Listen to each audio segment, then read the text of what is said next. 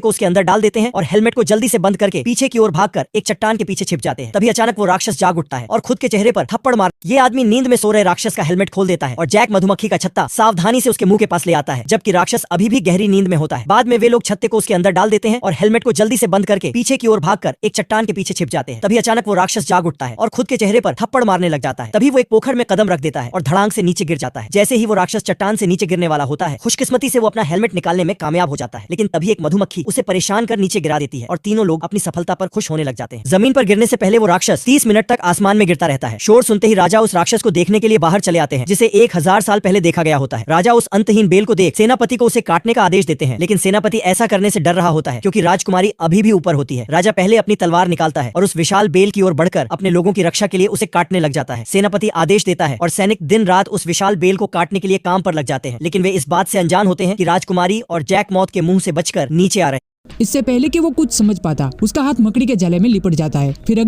मौत की सजा पाने वाला यह कैदी बचने के लिए हर रोज मकड़ियां पकड़ता था और उन्हें बोतल में डालकर छोटे छोटे कीड़े खिलाता था, लेकिन ये सब छोटी मकड़ियां थी। उसकी प्यारी और सबसे बड़ी वाली मकड़ी इस दीवार के अंदर थी, जिसे वो हर दिन कॉकरोच पकड़कर खिलाता था। एक दिन वो जमीन पर अजीब तरह की पैटर्न बनाकर उसके बीचों बीच लेट जाता है और मंत्रों का उच्चार करने लगता है, जिससे सभी मकड़ियां दीवारों से बाहर निकल आती है। लेकिन वो देखता है कि सबसे बड़ी वाली मकड़ी अभी तक बाहर नहीं आई। वो मंत्रों का जाप जारी रखता है और अगले ही पल वो बड़ी वाली मकड़ी बाहर आने लगती है और धीरे धीरे उसके पास आकर उसके ऊपर चढ़ जाती है। कैदी उसे पहली बार देख काफी ज्यादा भावुक हो जाता है। तभी अचानक मकड़ी उस पर झपट्टा मार देती है। फिर जब ये गार्ड आधी रात को चेकिंग करने आता है तो उस कैदी की कोठरी खाली होती है और फर्श पर केवल उसके कपड़े पड़े होते हैं। इससे पहले कि वो कुछ समझ पाता, उसका हाथ मकड़ी के जाले में लिपट जाता है। फिर अगले ही पल दूसरा हाथ भी जाले में लिपट जाता है और वो पूरी तरह से जाले में लटक जाता है। फिर जब वो अपना सिर घुमाता है तो एक विशाल मकड़ी धीरे धीरे उसकी ओर आ रही होती है। मकड़ी को देख उसकी चीख निकल जाती है, क्योंकि कैदी का सिर उस मकड़ी के साथ जुड़ गया होता है और इसी तरह वो कैदी अपना शरीर त्याग कर दिमाग के साथ भाग जाता है।